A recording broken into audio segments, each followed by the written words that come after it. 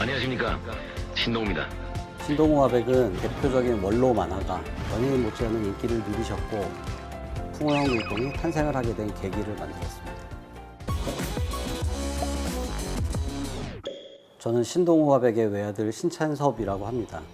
신동우 화백께서는 우리나라의 이제 대표적인 원로 만화가라고 할 수가 있습니다.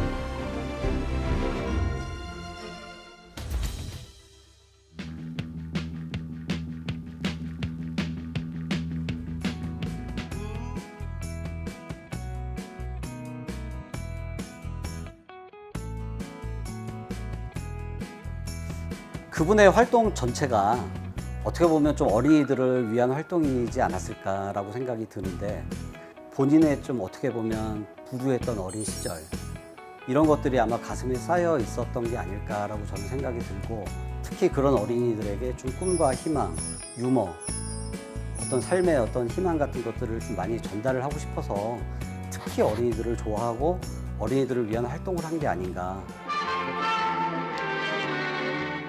어린이 만화 수천 편을 그린 바 있는 신동우 씨는 만화가야말로 어린이의 벗이기 때문에 그림 하나 그리는데도 세심한 주의를 해야 한다면서 그 어린이들이 이해하기 힘든 과목, 가령 역사라든가 과학이라든가 이런 것을 그 만화의 그 쉬운 기법, 알기 쉬운 기법, 그다음에 이 만화를 통해서 진식을 전달하고 어떤 그 의견을 전해보겠다 하는 이런 태도를 갖고 있는 거죠.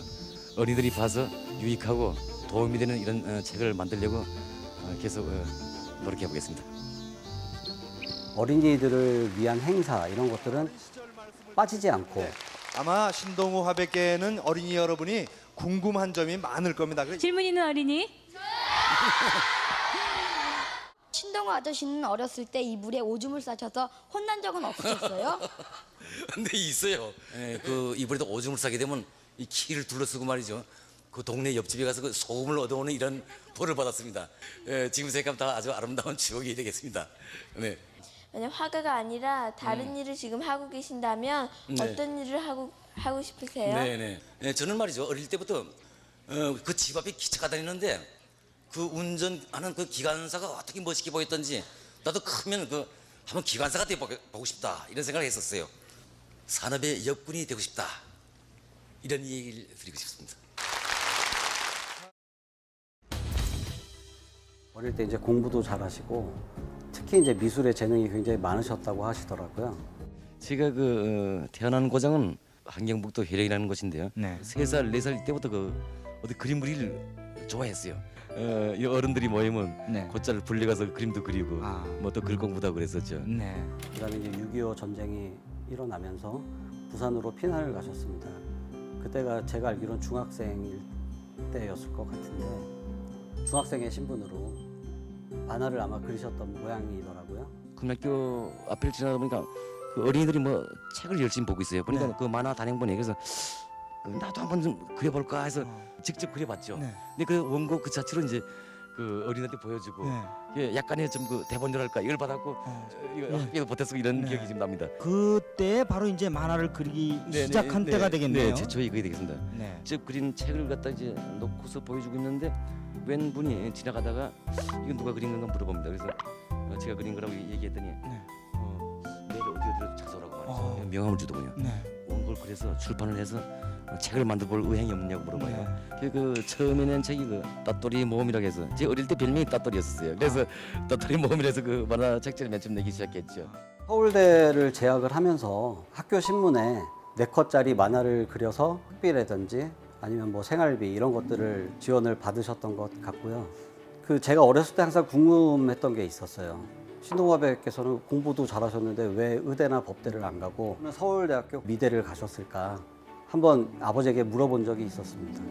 법관이 돼서 매일 죄 지은 사람들과 마주치고 그다음에 의사가 돼서 매일 병든 사람과 마주치고 이런 것들보다는 본인이 잘하는 그림을 그려서 많은 사람들과 같이 나누는 그런 삶을 바라셨던 게 아닐까. 신동화백께서 TV 출연을 굉장히 많이 하셨죠. 그러니까 지금으로 치면 각종 예능 프로그램에 굉장히 좀 단골로 많이 나오셨는데 본인의 어떤 끼와 재능, 지식 이런 것들을 많이 좀 전파를 하셨었어요. 한국인들이 좋아하는 100분 정도를 아마 선정하는 그런 조사였던 것 같은데 그 조사에서 전체에서 3등을 하셨고 그래서 아마 그 인기도 연예인 못지않은 인기를 누리셨고 굉장히 많은 인지도를 가지고 오셨던 그런 분입니다. 근데 우리 신동호 화백하면 우선 그림 빨리 그리시는 걸로 좀 알려져 있잖아요. 네. 그 노래에 맞춰서 그림을 좀 한번 부탁드려 볼까 하는데. 네, 어떻습니까? 오래간만에 한번. 그런 사랑을 해요 그런 사랑을 해요 하지만 맹물 같은 사랑은 사랑이 아니에요 속사에 관해서는 국내 최고일 뿐더러 아마 세계에서도 그만큼 그림을 빨리 생각을 하고 그리는 분은 없었을 것이다 라고 평가들을 하시더라고요. 어떤 여행 가실 때 보면 굉장히 많은 화구들을 챙겨서 좋은 풍경이 있으면 바로바로 그 화필에 담아내는 이제 그런 능력이 있으셨기 때문에 그런 프로그램들을 많이 제작을 하셨던 것 같습니다. 네, 만화가 신동우 씨가 중국을 돌며 그린 작품을 전시하고 있다고 하는데요. 모든 것이 뭐 여유만 많았고요. 별로 서두른 게 없었어요. 그리고 저희가 얼른 보기에는 참 가난하게 산다 이렇게 봤습니다만 또 그 가운데서도 아마 흐뭇하게 살고 있는 그 삶의 재미랄까요. 그런 fun기를 느꼈습니다. 이 그림은 그 스페인인데 바로 돈키호테 성인데요. 아, 돈키호테군요. 네, 세르반테스의 그 동상이 이렇게 있고 이것은 그 스위스 그 루세른의 이게 카페헬교라고 왜 지붕이 쭉 쓰여 있는 그 유명한 다리죠. 다리입니까? 네, 비스듬히 건너보는 맛이.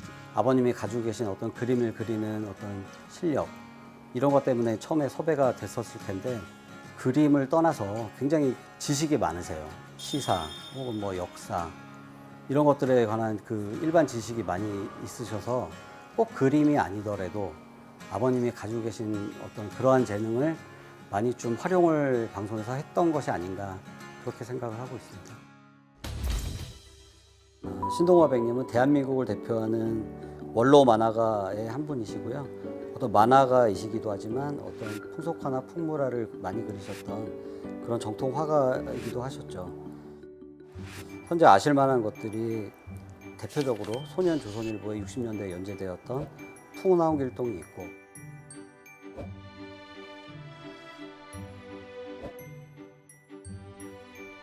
그다음에 금성출판사에서 출판했던 어떤 한국의 역사라는 그 만화 전집 이런 것들이 굉장히 좀 유명하고요.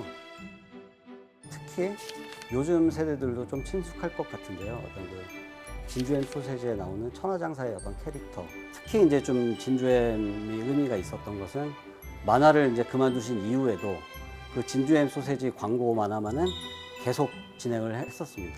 88 올림픽에 이제 캐릭터를 좀 욕심이 굉장히 많으셨어요. 그래서 굉장히 좀 열심히 작업을 하셨던 걸로 알고 있는데 작업에 참여하셨던 것을 굉장히 좀 자랑스럽게 생각을 했던 기억이 있습니다. 한국의 역사라는 전집으로 이제 나온 작품이 있었는데 아이들이 보는 책이기 때문에 좀 더 정확하고 또 진실된 역사 이런 것들을 좀 보증하기 위해서 노력을 많이 했던 걸로 알고 있습니다. 기존의 어떤 본인의 만화나 그림을 그리는 것보다 제 생각엔 몇 배의 아마 그 노력을 기울였던 것 같고요. 풍운나온 길동은 1965년부터 1969년까지 4년 동안 소년조선일보에 연재를 한 작품입니다. 이 작품이 신동우라는 분을 우리나라의 대표적인 만화가로서 자리 잡게 한 그런 작품이라고 할 수가 있습니다. 그리고 이 작품이 그대로 연결이 돼서 우리나라 최초의 장편 애니메이션 풍운나온 길동이 탄생을 하게 된 계기를 만들었습니다.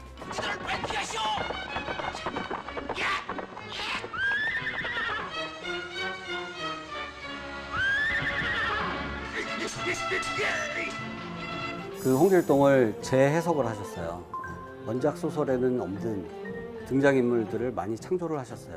홍길동과 단짝인 차돌바위, 그리고 홍길동의 어떤 적수가 되는 호피, 그다음에 홍길동의 스승이 되는 백운도사 캐릭터들을 굉장히 만들면서 새로운 시나리오를 뭐 창조를 하신 거나 저는 마찬가지라고 이제 생각을 하고 어떤 그 히어로 무비들에 나오는 그 특성들 이런 것들이 자연스럽게 비슷하게 흘러가는 경향이 좀 있더라고요. 지금 전 세계적으로 열광을 하고 있는 마블의 어떤 히어로 무비들 좀 비교가 될 수 있다고 생각을 합니다. 홍길동을 도와주는 조력자들, 그리고 또 어떤 그 홍길동과 맞서는 빌런들, 그리고 어떤 그 역경과 그 역경을 헤쳐나가는 어떤 그 과정들, 그리고 어떤 결과를 얻게 되는 이러한 그 스토리의 전개들이 굉장히 좀 홍길동을 풍성하고 재밌게 만들었던 것 같습니다.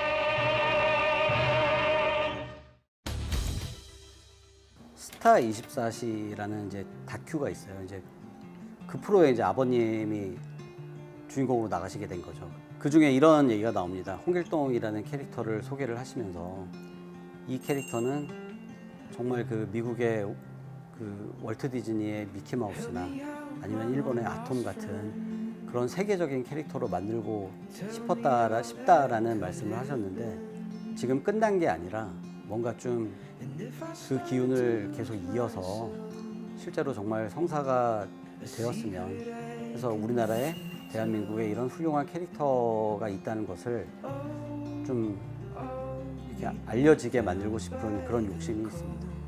그 아버님이 지금 돌아가신 지가 이제 뭐 26년, 7년이 돼가고 있는데 아직도 어떤 뭐 만화 단체에서 행사를 하거나 이러면 꼭 빠지지 않고 그 신동화백을 기억하고 또 찾아주시는 분들이 계세요. 그 신동화백을 좋아하시고 어떤 신동화백의 그림을 좋아하시고 그래서 지금도 끊임없이 어떤 전시회나 어떤 행사가 있으면 신동화백의 작품들이 전시가 되고 있습니다. 신동화백님이 굉장히 많은 사랑을 받으셨던 것 같습니다.